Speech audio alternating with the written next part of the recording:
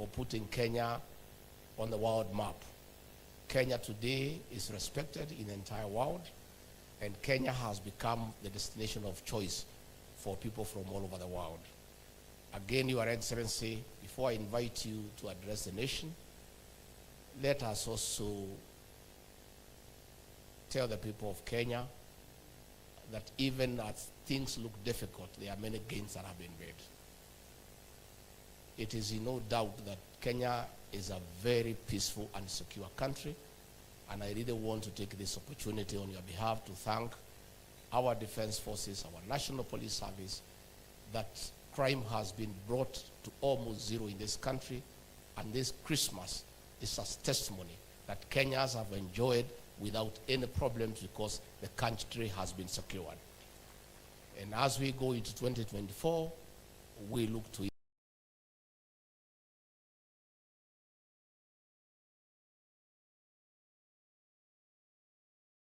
even better times. So, Your Excellency, we want to encourage you. We want to urge you to stay focused. We want you to ignore noises. We want you to continue executing the mandate you are given by the people of Kenya. And you know where Kenya has come from, where Kenya is, and where Kenya is going. And we are confident that in the fullness of time, the people of Kenya will be a very happy lot. With those very many remarks, let me request all of you to be upstanding and help me to usher in the President of the Republic of Kenya. Makofi.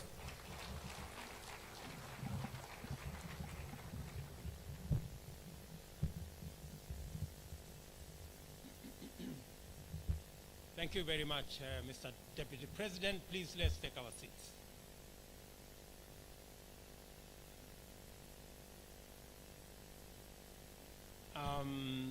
Distinguished leaders who are present here, the great people of Nakuru, good evening.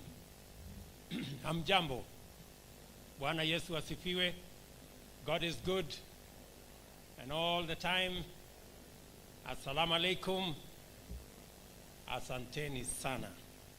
Kwanza wacha nichukue nafasi hii nishukuru viongozi wote wa Nakuru wakiongozwa na gavana wetu Susan na wananchi wa Nakuru kwa kutupokea jioni ya leo katika sherehe hii ya muhimu ya kuvuka mwaka kama watu wa Nakuru na watu wa Kenya.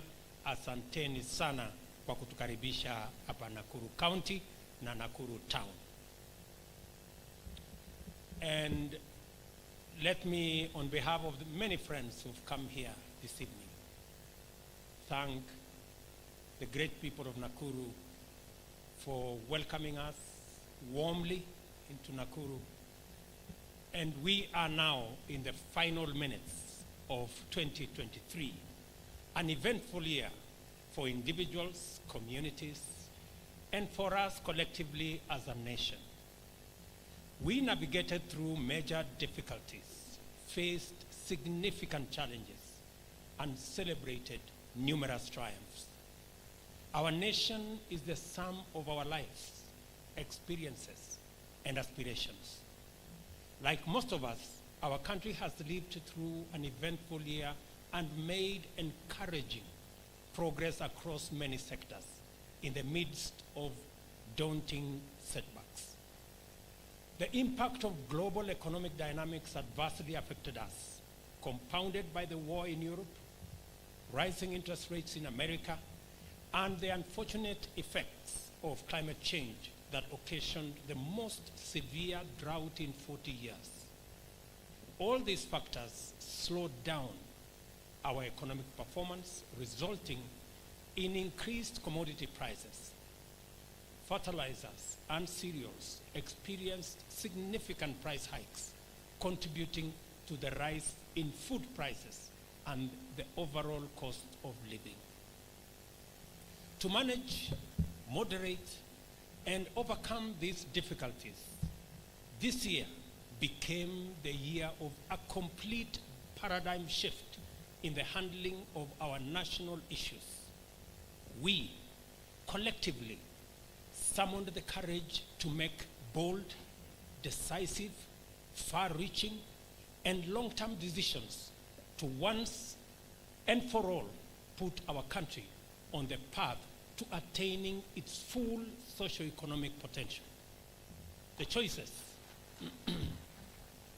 The choices we've made over the last year were neither easy, populist, nor convenient. They were, however, meaningful, appropriate, and necessary. In the short term, painful, but in the long term, gainful.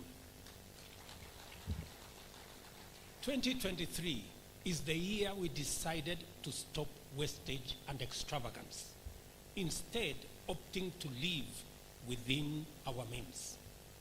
We decided to cut expenditure by up to 400 billion shillings so as to reduce our borrowing. We decided to enhance our tax revenues by Kenya shillings 600 billion to fund our programs and development so as to safeguard our sovereignty and independence. Ladies and gentlemen, we certainly cannot be independent if we are enslaved by monumental debt, as has been the case. We take pride in the strides we've made as a nation. We have triumphed over the threat of economic stagnation and are now in secure space with regard to our sovereign debt obligations. Inflation has reduced to 6.8%, and our GDP is growing at a rate of 5.4%, placing Kenya as the 29th fastest growing economy in the world. In 2023, we decided to get rid of consumption subsidies that not only drove our nation into deeper financial distress, but were also unsustainable, opaque, and only benefited middlemen at the expense of those who truly deserved support. Instead, we deliberately redirected our focus to support production through incentives in our crops, livestock, and fisheries programs. Today, with the blessing of good weather, thanks to God, these interventions have enabled us increase our food productivity by 40% at a fraction of the previous cost. Working with farmers, our foremost patriots, we shall double our efforts in 2024 until we reduce our Kenya shillings 500 billion food import bill to zero and rid our country of the shame of hunger. In 2023, we decided that growing our economy, as has been the case in the past, was not enough. Change was an inevitable imperative. As such, we rolled out an economic growth model intentionally designed to be inclusive, deliberately expanding opportunities and creating jobs. Millions of jobs, all types of jobs, construction jobs, technical jobs, digital jobs, as well as entrepreneurial opportunities, both locally and abroad.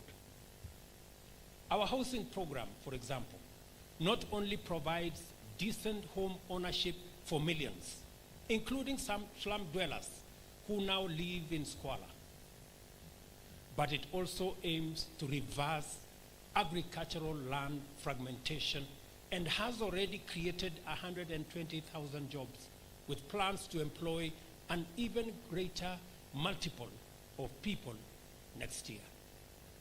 For the first time, my Mama Mboga and Boda Boda friends will now have a chance to own a home in our Kenya shillings 4,000 a month, 3% interest rate tenant purchase scheme.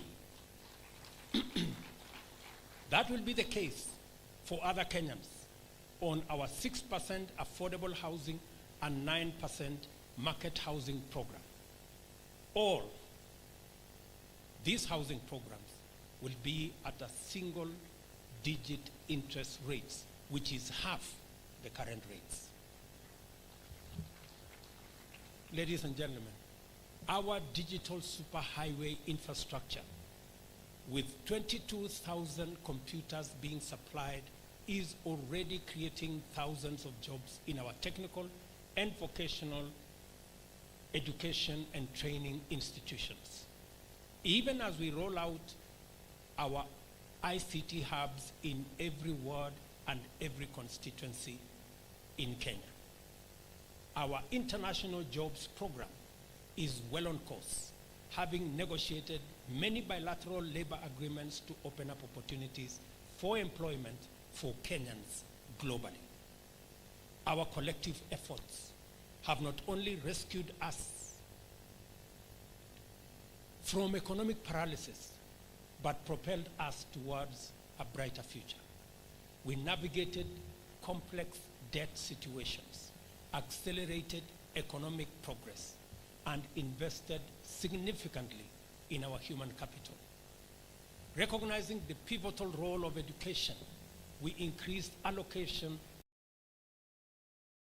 to the education sector by Kenya shillings 127 billion, which enabled us enhanced capitation for our learners, bringing us closer to the dream of universal education from ECD to the tertiary level. We also employed 56,000 teachers to improve access to quality education throughout Kenya. We have equally made immense progress in promoting financial inclusion and dignity of Kenyans at the lower economic echelons. The Hustler Fund and the NSSF new contribution model exemplify our dedication to inclusive growth, financial well-being, and social security for all Kenyans. We have made affordable credit available to millions of Kenyans who for years were alienated and underserved by financial institutions. The Hustler Fund has disbursed over Kenya's shillings 42 billion to Kenyans in just 1 year, making it the largest financial inclusion program in Kenya. And most importantly, over 7 million Kenyans are now regular customers, transacting and doing business, freed from the bondage of Shylocks and predatory lenders. Kenyans who would otherwise not make it beyond the watchman at the financial institution now access close to 100 million shillings from the Hustler Fund every single day. We shall continue to improve and expand the range of products offered under this revolutionary intervention. Similarly, our universal health coverage program has set in motion a transformative approach to health delivery. With 100,000 community health promoters actively contributing to the betterment of our nation's health, we are witnessing the tangible impact of our dedication to the well-being of people. In the new year, we continue our health transformation at the